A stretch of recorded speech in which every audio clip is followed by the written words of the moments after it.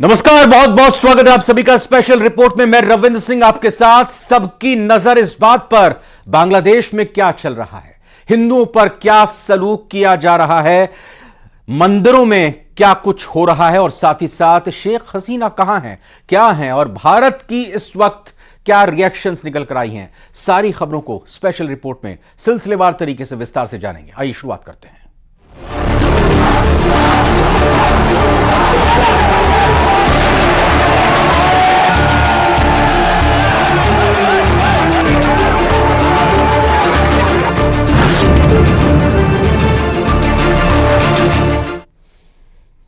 The morning Bangladesh में शुरुआत breaking news से करते हैं। शेख हसीना को शरण देने पर फिनलैंड ने, जी हां, यूरोपीय देश फिनलैंड ने बड़ा बयान दिया है।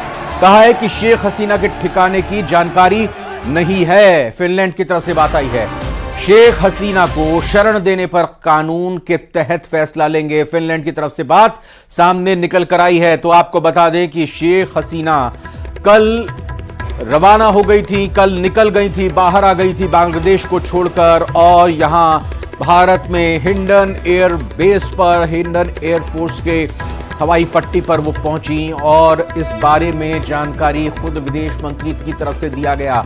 अब वो किस देश में जाएंगी, कहां जाएंगी और कहां उनको शरण मिलेगी, फिनलैंड की तरफ से कह दिया उन्हें नहीं मालूम कि कहां है शेख हसीना और ये भी वो फैसला लेंगे नियम कानून के तहत कि उनको शरण दी जाए या नहीं दी जाए। वैसे बांग्लादेश की सेना में बड़े पैमाने पर इस बीच फेरबदल किया गया। मेजर जनरल जियाउल एहसान को हटाया गया है। लेफ्टिनेंट जनरल सैफुल को भी विदेश मंत्रालय भेज दिया गया है। Major general Rahman chief of general staff बना दिए गए हैं। तख्ता पलट के बाद सेना के शीर्ष पदों पर फेरबदल किया गया है। और अब सवाल यह है कि बांग्लादेश में तख्ता पलट हुआ तो हिंदुओं पर कैसे संकट आ गया। 25 से ज्यादा जिलों में अटैक का दावा किया जा रहा है, लेकिन इसकी कई वजहें। पहली बड़ी वजह यह कि सरकार के हटने के बाद बांग्लादेश में लॉ एंड ऑर्डर बुरी तरह से फेल हो गया। दूसरी वजह यह जमात इस्लामी बनी हुई जमात, जिसके कट्टरपंथी सदस्य सरकार के हटने के साथ ही एक्टिव हो गए। और एक और बड़ी वजह यह है कि बांग्लादेश में हिंदुओं को शेख हसीना का समर्थक माना जाता है और यह भी कह सकते हैं कि बांग्लादेश जैसे मुस्लिम बहुल्य देश में हिंदू परिवार एक आसान टारगेट माने जाते हैं। और इसके अलावा मुख्य विपक्षी पार्टी बीएनपी वो शुरू से हिंदुओं के खिलाफ है। रिपोर्ट में आइए विस्तार से जानते हैं।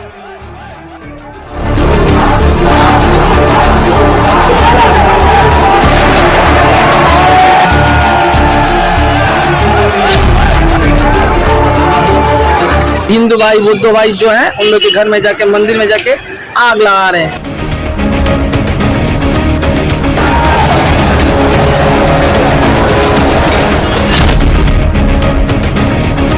सरकार भाग गई, लेकिन उसके सब एमपी लोग, बहुत एमपी फिर नेता लोग भाग नहीं पाया।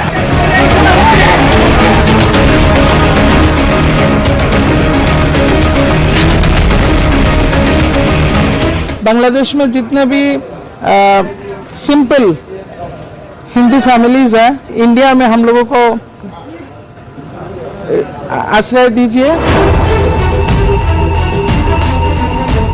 ये एक ही दिन में हिंदुओं के लिए नर्क बन गए बांग्लादेश की तस्वीरें हैं। ये बांग्लादेश की वो अभागी संतानें हैं जिन्हें कट्टरपंथी ढूंढ ढूंढ कर मार रहे हैं।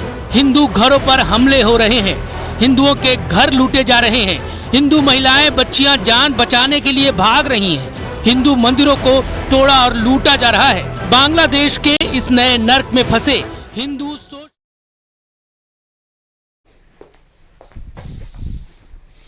और इस वक्त की आप ये ताजा तस्वीरें देख सकते हैं राजधानी जयपुर से, जहां पर जवाहर सर्किल में पहुंचे हैं मुख्यमंत्री भजनलाल शर्मा अपनी टीम के साथ। आज ये कार्यक्रम है, सुनते हैं पहले इनको। वीर सावरकर मूवी सब एक साथ बैठकर देखें, उसके बाद डिनर का भी आयोजन होगा। सुनते हैं।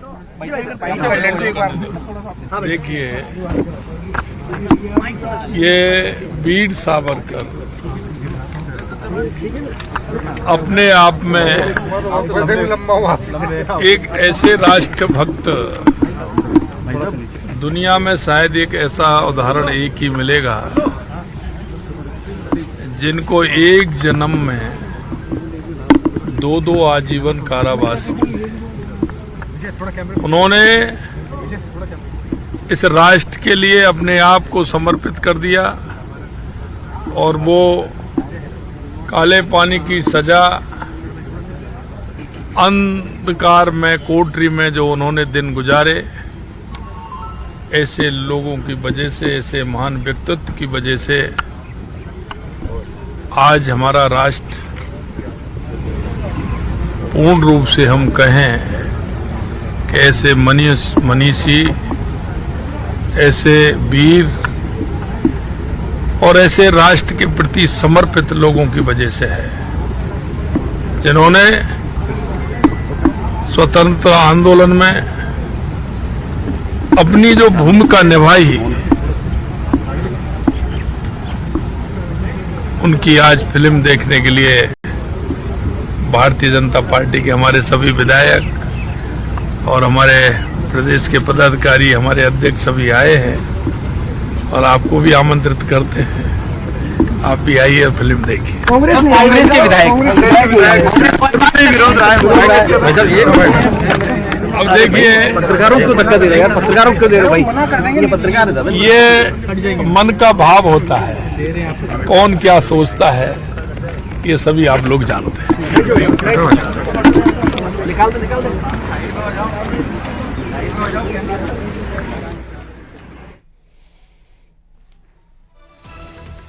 तो सुना आपने, मुख्यमंत्री भजनलाल शर्मा ने बताया कि बीजेपी के सभी विधायकों के साथ, और आपने देखा बीजेपी प्रदेश अध्यक्ष मदन राठौड़ भी उनके साथ मौजूद, उनके कैबिनेट के साथी उनके साथ मौजूद, और बताया कि आज सब मिलकर वीर सावरकर मूवी देखेंगे, फिल्म देखेंगे। और उन्होंने ये भी जानकारी दी, अकेले एक ऐसी शख्सियत जिन्हें एक जीवन में 2 बार आजीवन कारावास की सजा सुनाई गई और उसको उन्होंने झेला भी। और फिर उसके साथ ही साथ आपको बता दें कि इस मूवी को देखने के बाद, फिल्म वीर सावरकर को देखने के बाद सभी विधायक, मुख्यमंत्री डिनर पर भी जाएंगे। तो ये न सिर्फ वीर सावरकर के जीवन को नज़दीकी से इस फिल्म के जरिए समझने और जानने की कोशिश, बल्कि साथ ही साथ एक साथ बैठकर, एकजुट होकर सभी विधायक बीजेपी के इस मूवी को देखेंगे, अपने एक्सपीरियंस शेयर करेंगे।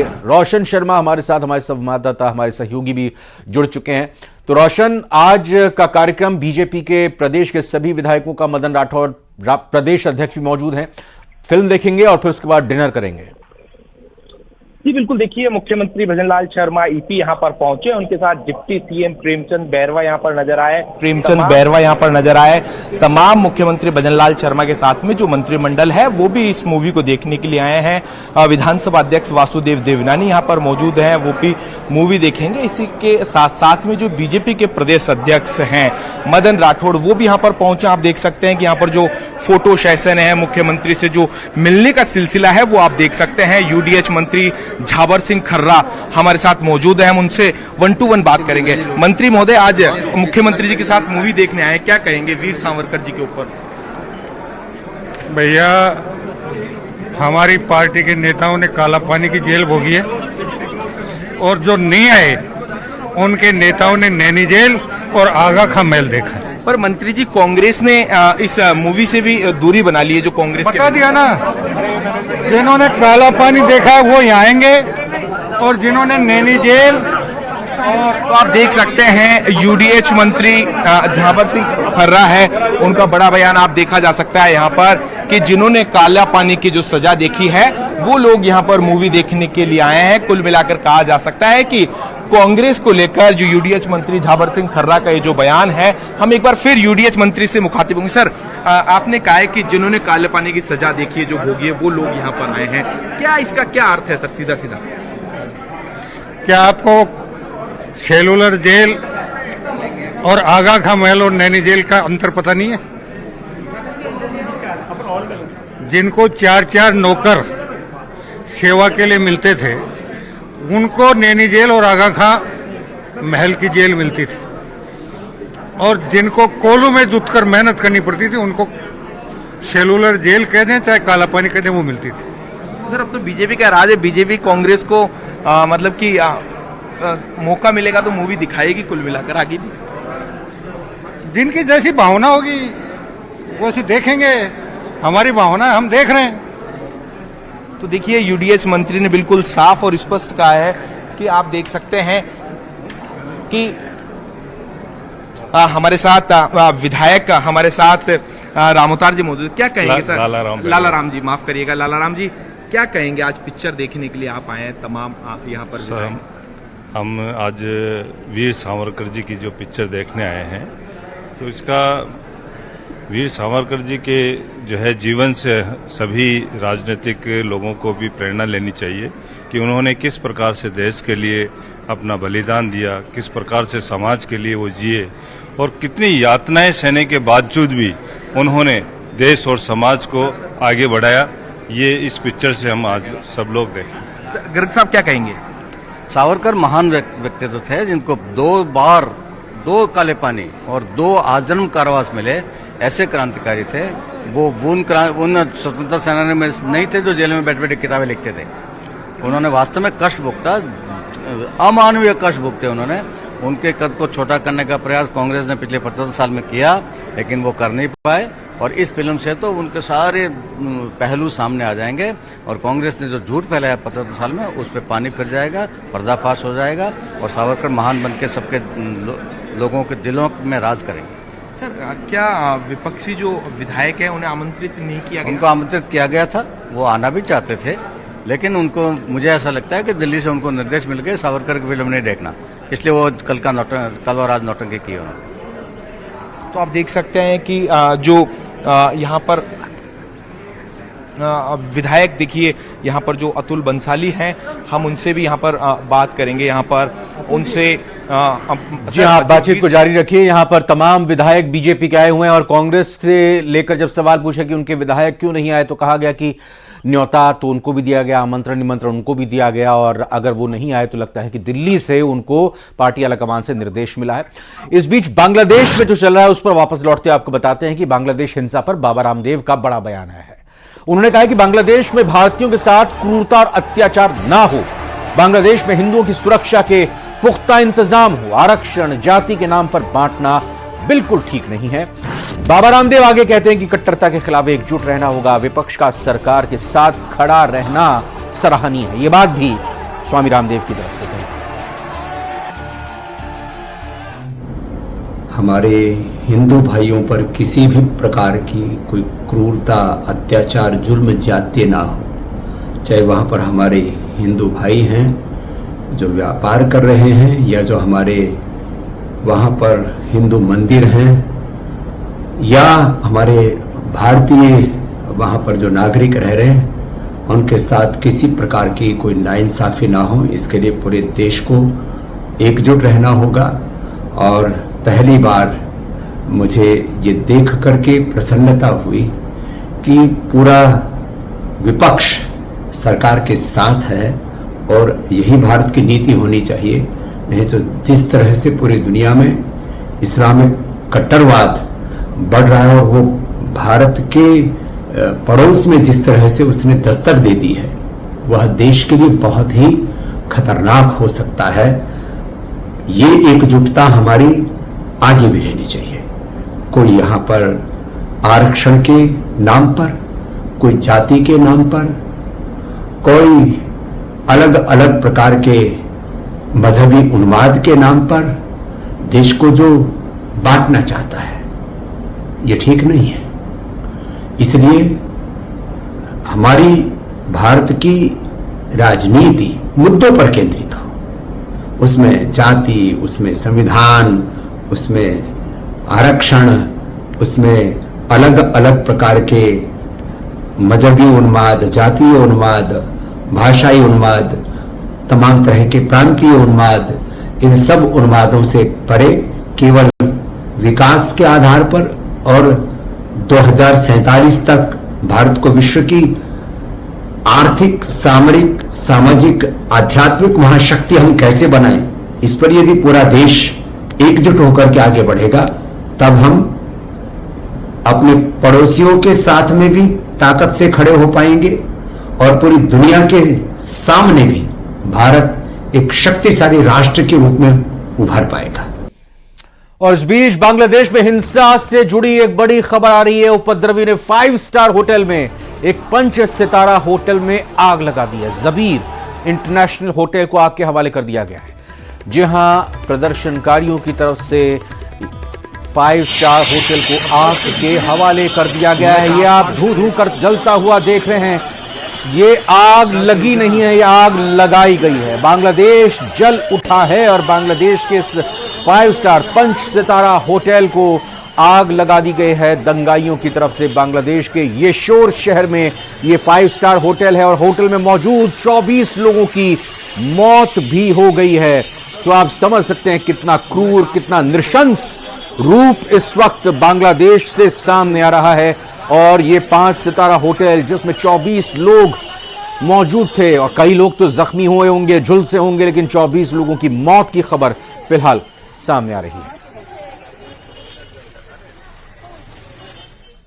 बांग्लादेश में इस वक्त जबरदस्त राजनीतिक संकट छाया हुआ है और इस राजनीतिक संकट के पीछे कई कारण बताए जा रहे हैं, लेकिन एक कारण की चर्चा सबसे ज्यादा है और वो ये कि कहीं चीन तो कहीं बांग्लादेश की इस बर्बादी की वजह नहीं है। क्योंकि इतिहास गवाह रहा है कि जिन देशों ने चीन के साथ गलबहियां करने की कोशिश की, चीन ने उसे तबाह कर दिया।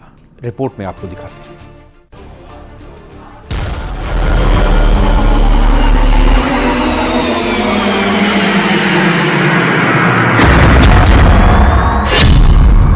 बांग्लादेश में सियासी भूचाल, चीन में एपीसेंटर।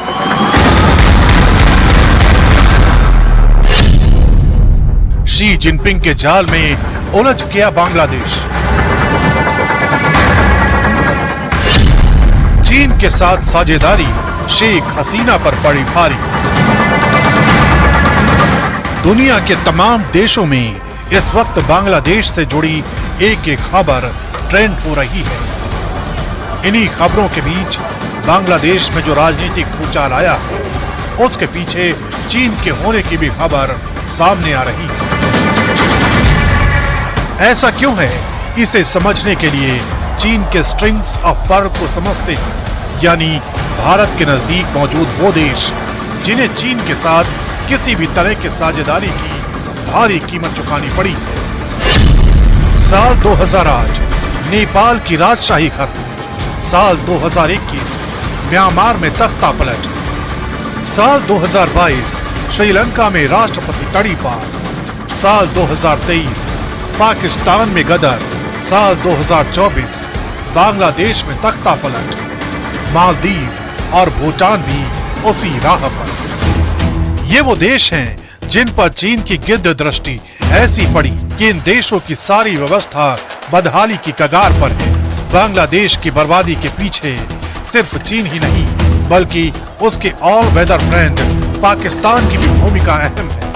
आर्थिक तौर पर चीन ने बांग्लादेश को कर्ज के जाल में धीरे धीरे फंसाना शुरू किया। साल 2016 में शी जिनपिंग ने बांग्लादेश का दौरा किया। इसी के बाद चीन और बांग्लादेश के बीच रिश्ते रणनीतिक साझेदारियों में बदल गए। दोनों देशों के बीच 27 अलग अलग तरह के समझौते हुए थे। चीन की तरफ से बेल्ट एंड रोड इनिशिएटिव के तहत